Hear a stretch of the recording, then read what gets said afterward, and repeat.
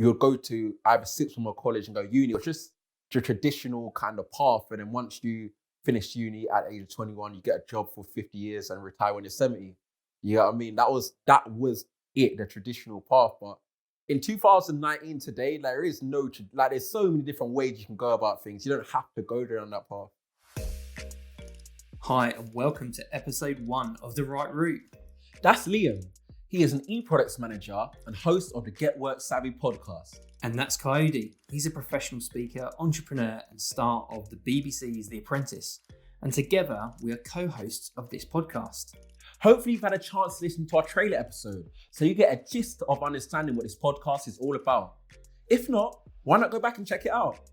In this episode, we're going to catch up with students and advisors who'll give you an insight to the variety of options available to you, whether that be you furthering your education, going into the world of work, or even both.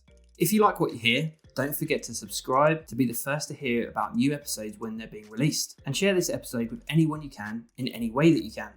We'd love to hear your feedback and suggestions for other topics that you think we should cover. Let us know by using the hashtag #TheRightRoute. In this episode, we're going to hear from a few guests. We've got Buffy, level 3 business admin student. We've also got Zahra, Pre-Employment Apprentice. And finally, we've got Dawn, Youth Development Officer. So no matter where you're listening to this podcast, whether you're on your daily commute or if you're down at the gym, don't worry, all of the information shared within this episode is going to be contained within the show notes. Or email us on podcast@cube-learning.co.uk. So now's the time to ask yourself, what is the right route? So hi Kayode, and just in this part, just want to talk to you a little bit about how difficult it is to actually choose the right route, because I know that for a lot of our listeners, it is really tricky. There's so many options out there, so many different pathways that they could choose. But could you just take me through a little bit of your experience of how you got to where you are today? I mean, I definitely agree with you that it can be tricky to pick the right route, quote unquote, especially as a young person, especially because you've got all of these pressures, whether it's from peers, whether it's from your parents, even if it's from yourself as well. So, I mean, I am very sympathetic towards that. But myself personally, the way my route kind of took is that I traditionally did the education route, went to school, primary, secondary. And then from there, I went to a sixth form college. And then from there, I didn't particularly do that well. I didn't pass college. I didn't get into the universities that I wanted to. I didn't get the right UCAS points. And yeah, I had to go through the clearing process to get into university itself. But to be fair, that was probably the best thing that ever happened to me. The fact that I didn't go down the route I wanted to, the fact that life kind of, threw a curveball in there. They threw a little caveat in there. And yeah, going to university changed my life. And that's how my route kind of took. And then from there, after my degree, I was elected vice president of my students' union and governor of my university. And after my time in office, again, I was at another crossroad. It's like, right, what do I do now kind of thing. And that's when I always like to use my analogy of getting bitten by the entrepreneurial bug or getting bitten by the business bug. It bit me hard. He got me. He got me. And then as soon as I finished my time in office, it was straight business, straight cracking on, straight being an entrepreneur. And then 5 years after that, people saw me in The Apprentice. Fantastic. So, I mean, obviously that bug hit you hard. Yeah, it bit me. Like initially, I'm thinking, who's infected me? What's wrong? Am I sick? But yeah, I got bitten by the business bug. It bit me.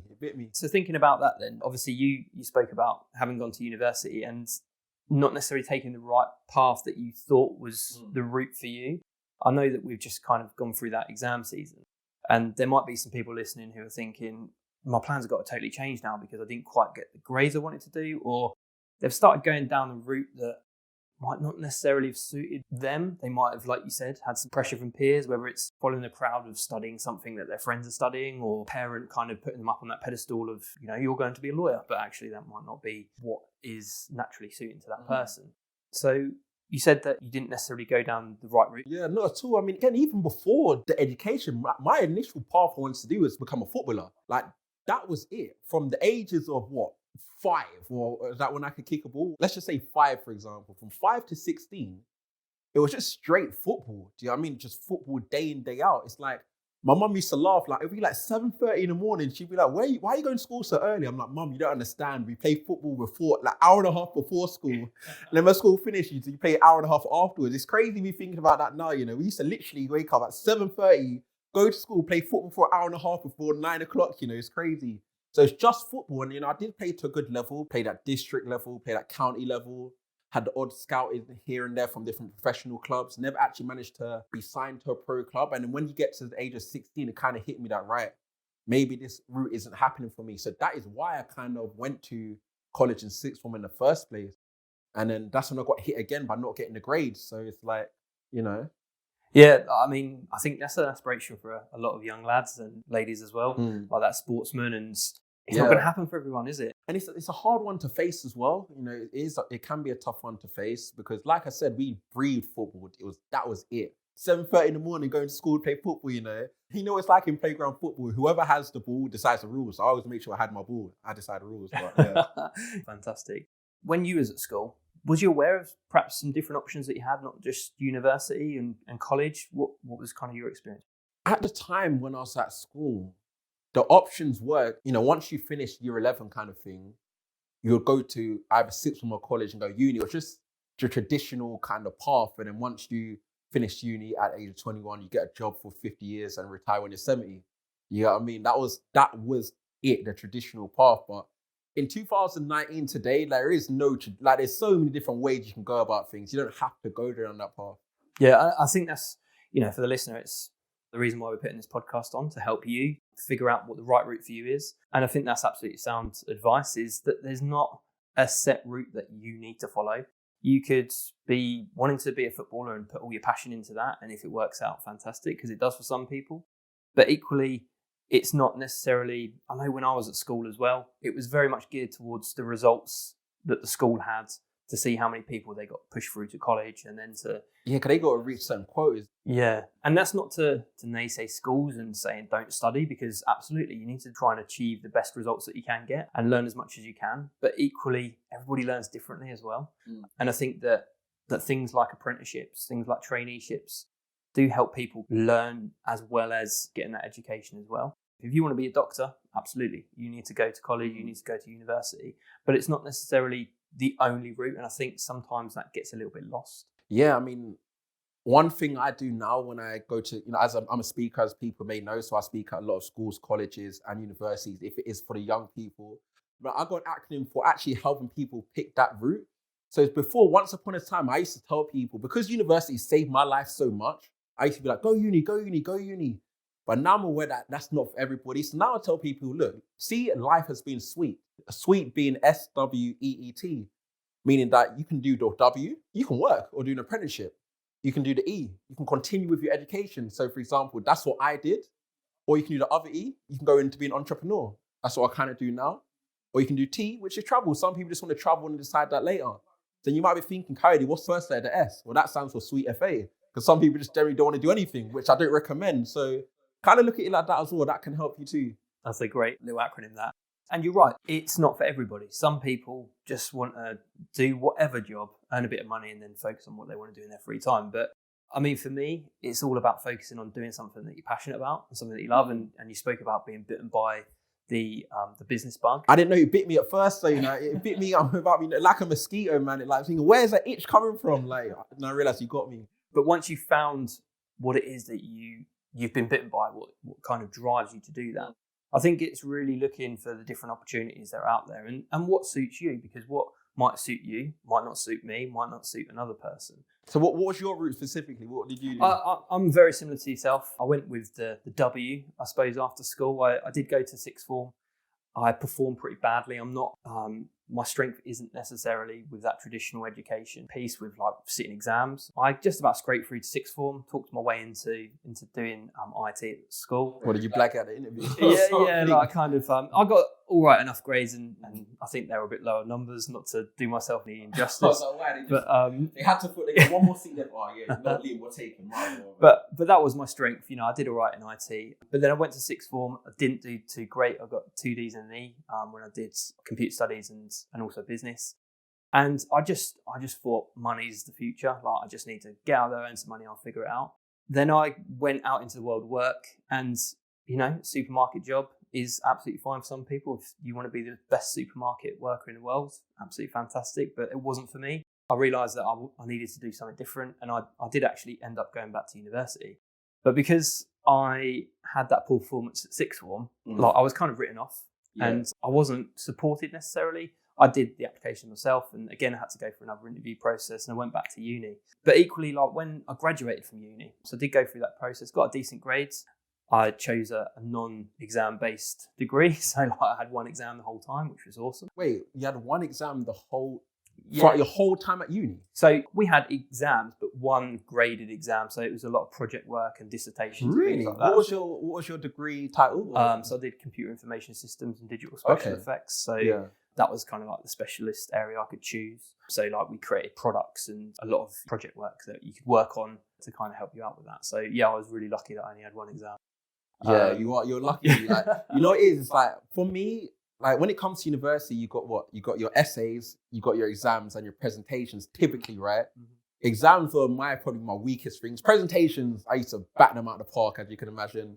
Essays, again, I used to be good at doing your 3 fast and words, but exams, like maybe I should have done your uni course. Like exams weren't my thing, they weren't my thing. Yeah, no, I mean, it was ideal for me. But then like I came out and it was the banking crisis. So I got a good grade. I finished uni, got a 2-1. So I was pretty proud of that. Thought, jobs will just be throwing themselves. I'll be able to go into any company and that I fancied a job at, or there'd just be a wealth of jobs available to me.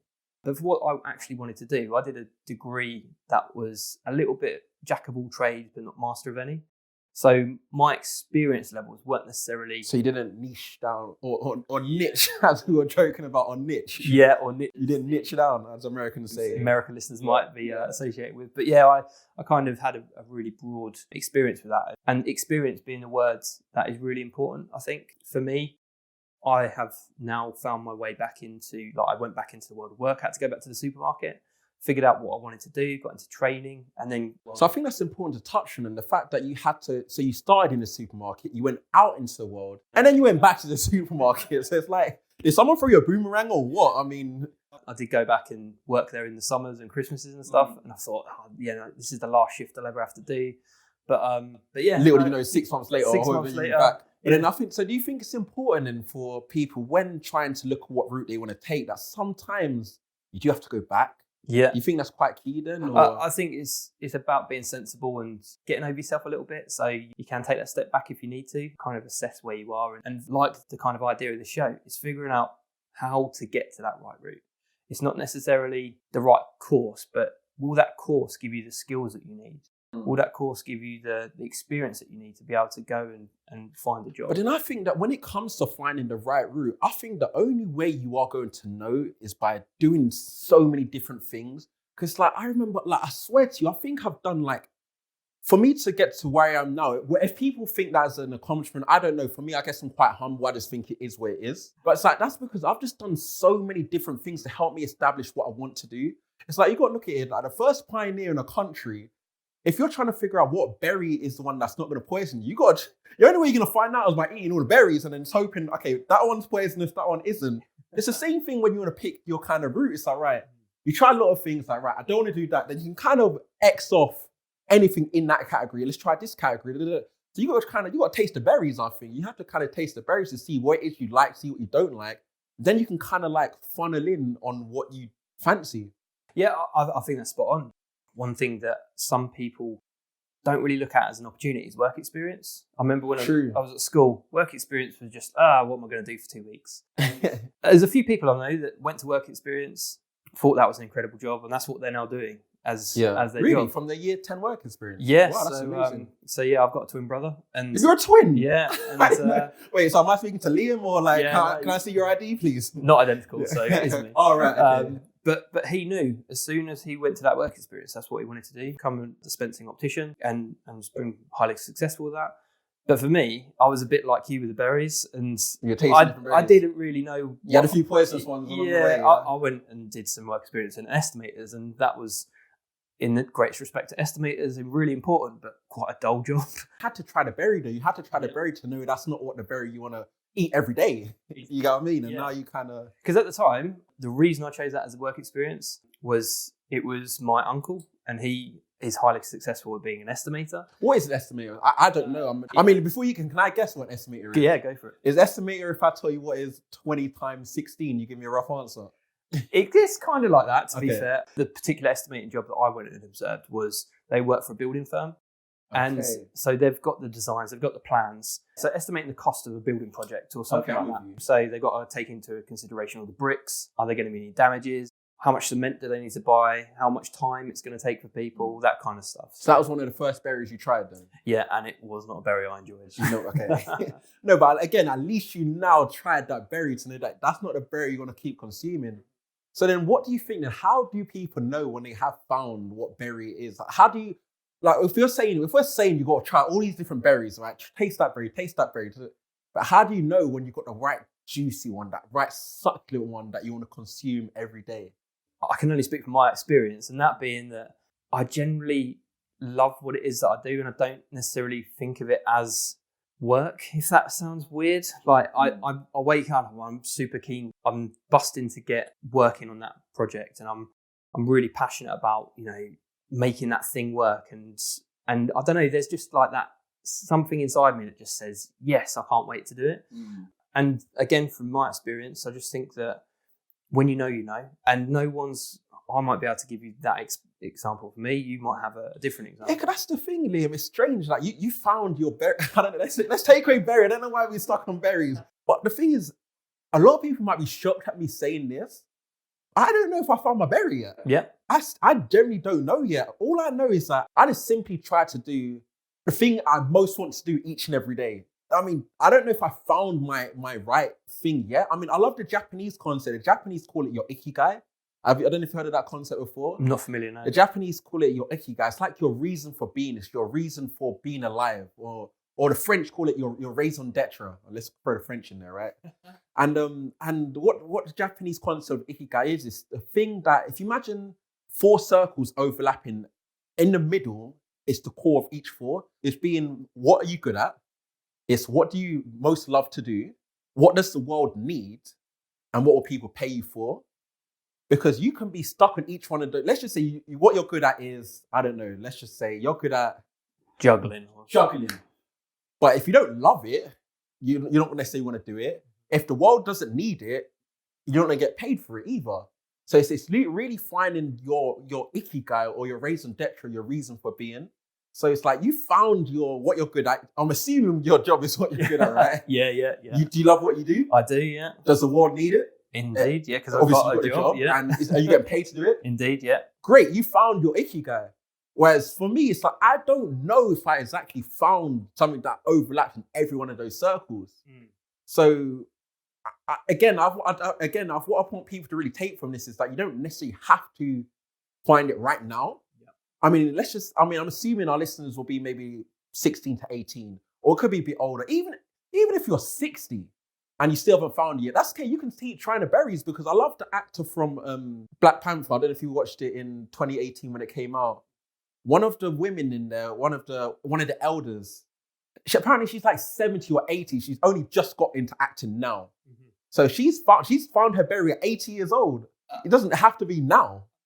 And just to kind of reveal something else to the listener, like if you're thinking that you can't make it or you can't do it, I went back to a supermarket and I was like 27, still working in the supermarket. And I thought, that's it, I'm done. Then with that, I'm assuming you had in your mind, you had that, right, I'm 27, working in the supermarket. I guess you kind of felt, did you feel a bit? I felt down, I felt low. I thought, I've not chosen wisely in hindsight.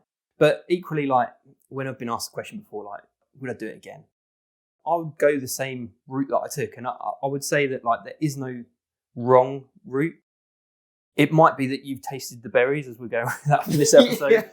You might have suddenly realised that that's not for you, but it's what you do about it to change your situation. And then with that path, it's like, I'm glad that you went back to Tesco. What supermarket was actually? I'm assuming Tesco. I went to Waitrose. So, you went to Waitrose. Waitrose is so classy. Yeah? That doesn't even count as a supermarket. And I'm glad that you went back to Waitrose, because I always believe that it's the best stories, the ones which aren't just your straight and narrow. I mean, if you went to watch any movie you've watched, it's never been someone woke up, they had a great day, they bang, success, happily ever after. I mean, even in the fairy tales, happily ever after, they're only happily ever after because they came through some controversy or some adversary. Or the great stories all have their peaks and troughs. And I think that's a dangerous thing these days, isn't it? That we see Instagram, we see YouTube, we see all these. Oh, don't even get started. Don't even get me started on that stuff. See all these ideals, and we see the rose-tinted view of whatever is happening. We see the end product. We see the happy person. We see the successful person. But when you dive deep into these books of successful people, they all have those low moments. They all have those trials and tribulations that they have to go through. And I think it's just it's making sure that when you're on your journey, and if you're thinking that you're not finding that perfect thing for you at that moment, just think of it as an opportunity for you to do something else and go and try something else or figure out another way. I mean, something we haven't talked about today so far is volunteering, I think, as well. Being able to showcase what it is that you can do and learning whilst you're doing something is also something that's really valuable. Yeah, I've done a lot of volunteering myself, actually. I did do a lot of volunteering. I mean, especially when you are at the position as a young person like I was, a lot of people, they want experience. So it's like, how do you get, I'm 5. How do I get experience? I'm 5. Like come on, you know what I mean? I'm 5. But, so it's like for me, so I went out and did a lot of voluntary stuff just to try to taste things, see is that what I want to do? Just kind of put something on the CV to help me with I mean, if you look at my CV now, I've got, again, because I've done so many different, you can roll it out like a scroll. You know what I mean? My CV is like a Dead Sea Scroll. Pirates of the Caribbean, I generally think they must have been finding my CV because there's so much random stuff on there, and some being voluntary as well. So again, there is nothing wrong with that, especially if it's to try things. Absolutely. And, one thing that we do at Cube is for those people who aren't necessarily able to get into that position is we offer something called a traineeship. So that allows people to gain a bit more skills and knowledge, but also to go and try a bit of work as well and seeing if that's for them. But whilst getting that bit of experience they can put on their CV to then say, I have got that experience and I've got these skills that I can offer you. So I think that's a really valuable thing. And I think you're very lucky if you have the opportunity to do that now, because we never really had that it wasn't even an option. I mean, I think, I think definitely for me, it's like at school, you're either a footballer, a rapper, or you went down the college route. You know what I mean? It was typically that, and then to get a job. So I think it's good that these things can be available now then. Absolutely. I think that in this day and age, the opportunities that you've been given with the availability of the internet, back when I've graduated school and what have you, it was only just getting started really. But you've got so much access to so many different resources, and equally being able to have those opportunities where you've got people who are willing to take you under their wing and show you what it is that they actually do is a great opportunity, I think. So should we discuss then what are some of the options people can tangibly take right now then? Like, let's just say you're leaving, Liam, you're going back, 15 years? I don't know how old you are, but let's be kind. You're going back 5 years, yeah? Let's just say you're 21, you're going back 5 years, right? So if you're leaving school right now, 2019, you just got your GCSE results, what options are available to you right now then? You can carry on at sixth form or go to a college. So you can take your studying a bit further. I guess, is that because you have to then, right? I guess by law, is it that you're up until 18, you have to stay in education? Absolutely. The same has changed, that you're legally obliged to still be in education until that time. College and sixth forms is that traditional route, I suppose, that everyone's aware of. What would you say the pros and cons of going to college or sixth form? It's for people who are looking to gain those results to get to that next step, if that is university or whatever it is that you happen to be wanting to do. But equally, you have got opportunities whilst you're there as well to do different projects that you might not necessarily think of over the football that we spoke about at the start. You went in so early to get the practice in with your fellow footballers in the morning, but it could be that you work on a project that you could build some experience, build some teamwork, build some knowledge. With the courses, it's like one thing I loved about going to college or sixth form is that, let's just say you did 10 GCSEs, whatever. Out of the 10, you might have not liked every one of those subjects. Mm-hmm. Then when you do go to college or sixth form, you can pick 3, 4 that you really liked. Yeah. Which can be beneficial. I mean, for me, it wasn't beneficial. I didn't really pass them, but at the time, it's like when you look back on it, it's like, right, you can kind of really specialize in what you want. So like you said, if you do want to go on to uni or whatnot, you can kind of specialize in that. It's structured, so people like that, I think. And the structure, yeah, again, that's key as well. And it's one of those, what I loved about college and sixth form is that you're not in Monday to Friday, 9 to 3, like at school. You kind of have it where you kind of have it structured whereby you have free time around that to do other things. So you can also work as well. So I think structure, I do like the structure of college, definitely. Yeah, and I think, it suits a lot of people. And like you said, it gives you that opportunity to narrow down what it is that you're interested in and really kind of discover for another year or two if that is really what is kind of lighting you up inside. What are the things you should be cautious about going to college or sixth form? I think it would be, for me, it's something that I always avoided, but equally I saw a lot of my friends doing. And that was following the crowd. Oh, what are you studying? I'm doing geography. Oh, really? Oh, okay, why are you doing geography? Well, Dave, Bob and Sue are doing geography. Dave and Sue as well? Yes. Sue did it as well? Sue too, yeah. Oh, right. Yeah. Sue did geography. She loved geography. Fair enough. But geography or music or something a bit more popular maybe.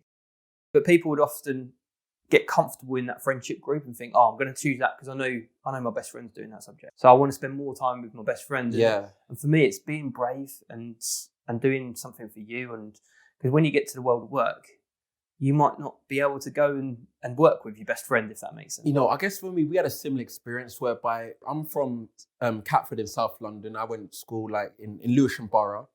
And it's almost like the default that everyone went to a particular college or sixth form in our borough because people felt that that's where you had to go. So everyone went to Christ the King. Not everyone, but I went to college all the way in Greenwich Borough. That's like, you have to go from Lewisham Borough to Greenwich Borough. It's not even close. I used to go past Christ the King on my way to college. And the reason I did that is because I went for a particular course being human biology. So I guess I wasn't like Sue or Dave, but I didn't follow the crowd. I literally went where was the course that I wanted to do. So hopefully then people don't do that, don't follow the crowd because everyone's on a different path. Like your path is not the same as someone else's. It might seem like that when you're at school because you're all doing relatively the same GCSEs other than your 3 or 4 choice whatever you get. But once you get your GCSE results, you have to realize that they're your friend. They can be your friends on a weekend, but it's almost like it's go time. For me, I guess college was a massive wake up. Like, this is it. I started driving at college. It's a real different from school. That first jump, isn't it? Because it's that first taste of all. You might not see the same people every single day, and you got the different routes that everybody's going to be on. So yeah, I absolutely agree with that. And I like that because you can meet new people, and definitely I'm getting memories of college now, man. I can imagine. I can see the college gates now and everything. Yeah. So we're talking about sixth form of college. What would you say the benefits of perhaps going down the university path would be? Oh man, see, university saved my life, man. So I mean, we can do a whole podcast just on uni alone. But I mean, the advantages of uni, I think definitely the independence was definitely the biggest thing. What hit me was the fact that I went from South London 200 miles up north to Manchester, and at first it was a whoa. There's no mum, no dad, whatever. I'm here on my own. But again, that's quite liberating as well because it realized that, right, you're here to stand on your own 2 feet now. And I think the advantage for me going to uni is that I could recreate myself. So again, I mean, depending on where you do go to university, I went to university where I didn't know anyone. Initially, I wanted to go to university in and around London. I just wanted to stay in London. I never really left the M25 before I went to uni.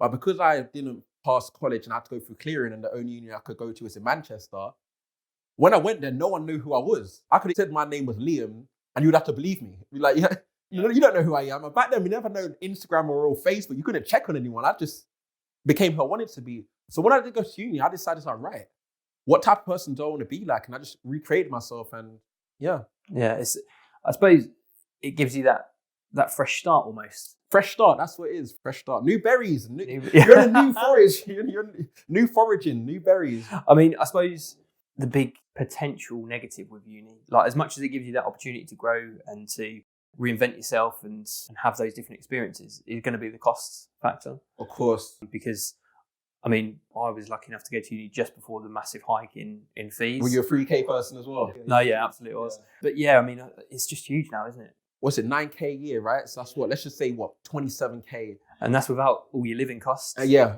at least. And yeah, again, I think if you're going to uni now just for the sake of it, maybe, I don't know if I would. At the time when it's a bit cheaper and there's a bit more, less options out there, I think you could just go. I think a lot of people just want uni for, where you going? I'll go to uni just because. Yeah. But I think now you really have to consider, is this what you want to do?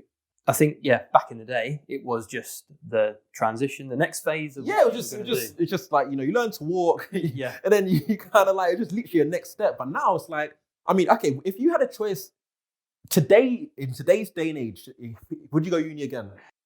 Was that too much pressure? No, knowing what I know now, I probably wouldn't choose that route. Interesting. Because, I mean, another thing partially for me going back to uni was, even though I knew I didn't want to be in the supermarket, I was still lost. I still didn't know what I wanted to do, if that makes sense. I knew what I was interested in, but I didn't even know the job title of what I now do. So I was still searching for that kind of guidance, as it were. No one gave you the map to the forest yet? No maps to the forest, no yellow brick road to follow or anything like that. So I think, that's another thing to like really consider when you are choosing what you're doing. Yes, follow what you're passionate about, but equally use it as an opportunity to investigate what it is you can do afterwards. And the thing is, it's like, the world moves so fast now. If you're going to uni for 3 years, or just to say, give or take 3 years, and you're not sure what you want to do, because the world moves so quickly now, like a lot of the jobs which exist now, they didn't exist 5 years ago. With the change of social, some of the world's biggest company never existed 10 years ago.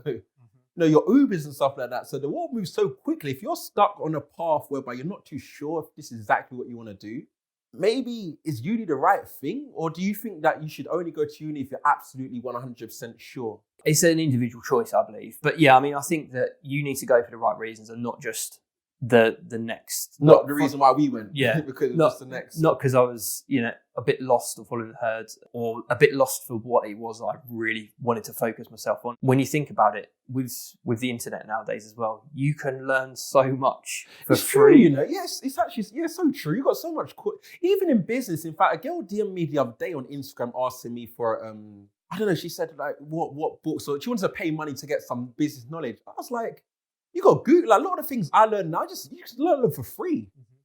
I guess you're going to uni for that qualification. So that means you got to ask yourself, for what it is that you want to do you need that qualification? Absolutely. Is that piece of paper going to get you the job? Is it needed? Because when you look back on your CV, is it the grade or is it the title that you've got? Is that getting you the job? How are you going to get that ideal job? And I think that's where apprenticeships kind of are a benefit. I think apprenticeships allow you to kind of get your foot in the door of that company that you're working for, gives you some of that real world experience that we've been talking about, whilst earning a bit of money as well. It's true.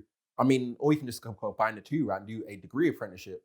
Best of both worlds, right? Absolutely. And then you get that piece of paper as well as all those other things as well. I guess for me, a reason I would definitely go to uni again is the experience. So I guess out of all the options I spoke about so far, I think the uni experience for me is like easily, hands down, best 3 years of my life. I was at an event last week actually with a uni friend I hadn't seen from uni. And after the event, we spoke to each other on the phone for maybe like 2 hours, just reminiscing about uni. It's because it's just, I don't know, there's something very, very special about going to a place together. Everyone's new, you're all young, and it's just a crazy experience. It's just crazy. Yeah, you certainly build a friendship base that is unlike any other. Yeah, I don't think you can make friends like that if you don't go to uni. I think that is another benefit. But then it's 27k worth, and it is a 3-year experience. It might be that you build that friendship base, but you could potentially build that with colleagues that you work with. With other people taking an apprenticeship, you could kind of build a friendship base. But I absolutely agree. Like, going in, you're in halls together, like late night conversation. Like, uni's just, It is different. It is absolutely. Yeah, I don't think between the ages of 18 and 21, that experience, I don't know if you can get it later on in life. I don't know. Yeah, I think it's similar to traveling, isn't it? Like you mentioned earlier. My tea. Yeah, it's kind of that. Have you travelled?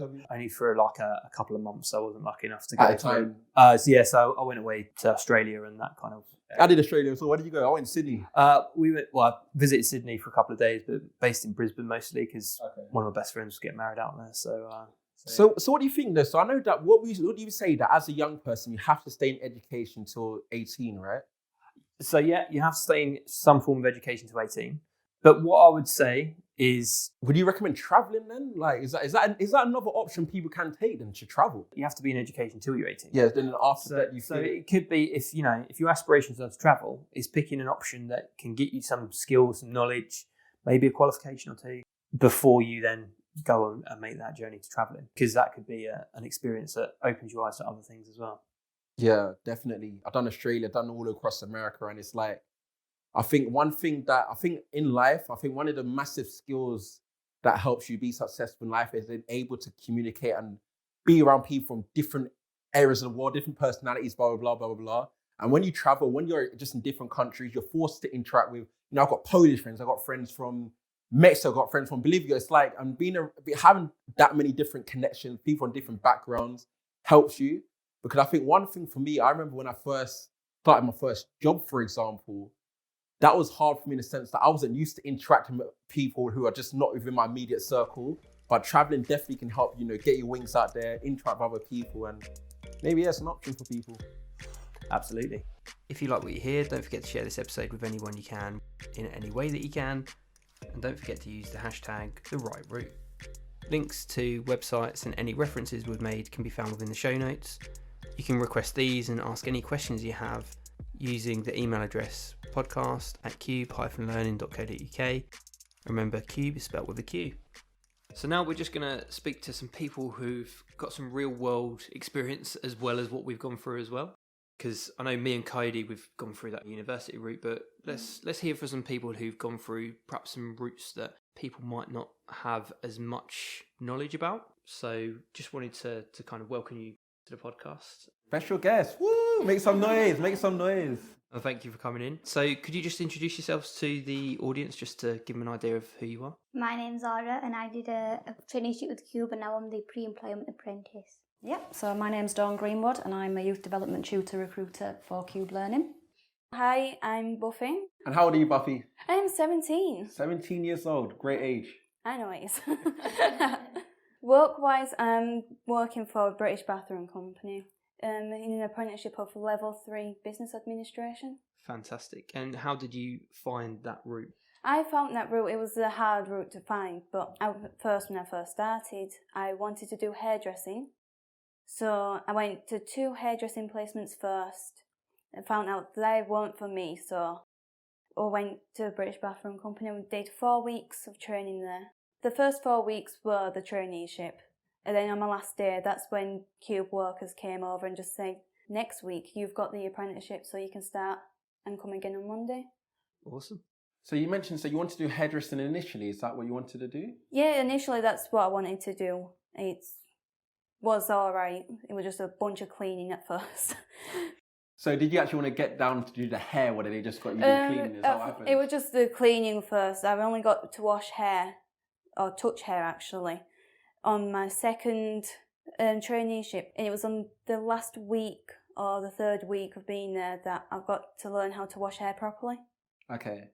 And now you're at the bathroom company. Yeah, doing Level 3 Business Administration. But then what we really want to hone down today is like, how can we help other young people to get the right route for them? Like, what advice would you give for any listeners?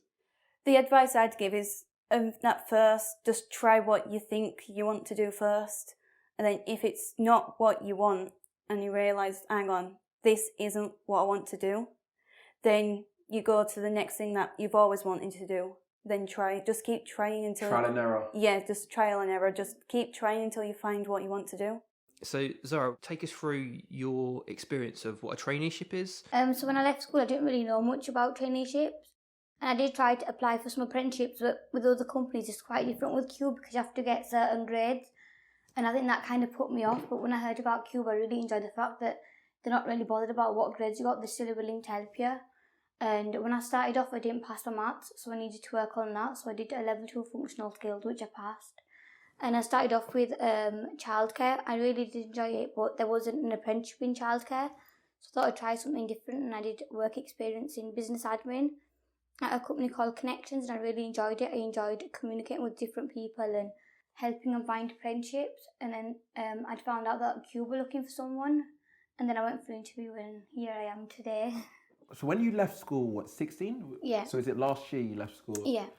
And is it that you never got the grades you wanted? Is that what happened? Or So when I applied for the apprenticeship, I didn't have my GCSE results yet, but they'd look at the provisional results, and I hadn't passed my maths. on the actual results itself? On the provisional On the ones. provisional results. And yeah, I okay. didn't even pass the ones, like I didn't pass the GCSE maths either. Okay. So they didn't let me on into the apprenticeship. But then Cube did? Is that what happened? Yeah, so they helped me improve my maths, and I also learned a lot of employability skills, which helped me a lot with the apprenticeship that I've started now. And what about you, Dawn? So you've been able to help Zahra out with getting to where she has today. Yeah. Could you just talk a bit from your point of view how you think that's helpful for people who potentially are thinking about that as an option?